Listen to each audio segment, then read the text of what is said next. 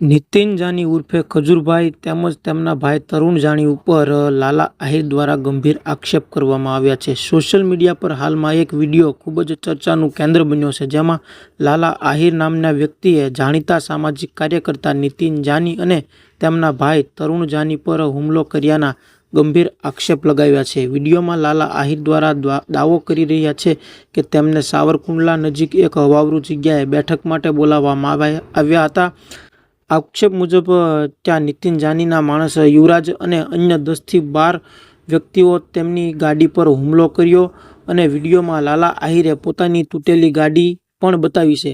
આક્ષેપ લગાવતા લાલા આહિરે તેમની સાથે એવું પણ કહ્યું છે કે તેમની સામે ગેરવર્તન કરવામાં આવ્યું હતું। લાલા આહિરે વિડીયોમાં જણાવ્યા મુજબ અગાઉના બંને ભાઈઓએ પૂરેપૂરો સપોર્ટ કરતા હતા, પરંતુ હવે તેમની વચ્ચે વિવાદ સર્જાયો છે।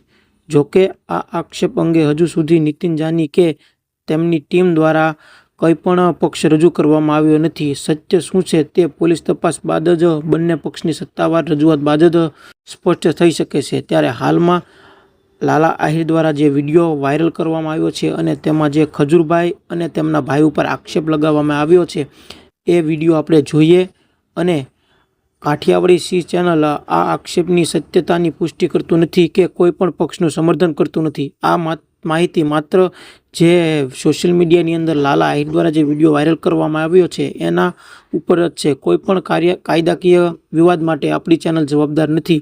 તો જે વિડીયો વાયરલ છે તે તમને બતાવવામાં આવી રહ્યો છે। તમે આના વિશે શું વિચારો છો એ કોમેન્ટની અંદર જરૂરથી જણાવજો। ચાલો આપણે સાંભળીએ કે લાલા આહિર દ્વારા ખજૂરભાઈ ઉપર કેવા આક્ષેપ કરવામાં આવ્યા છે અને શું છે સમગ્ર ઘટના।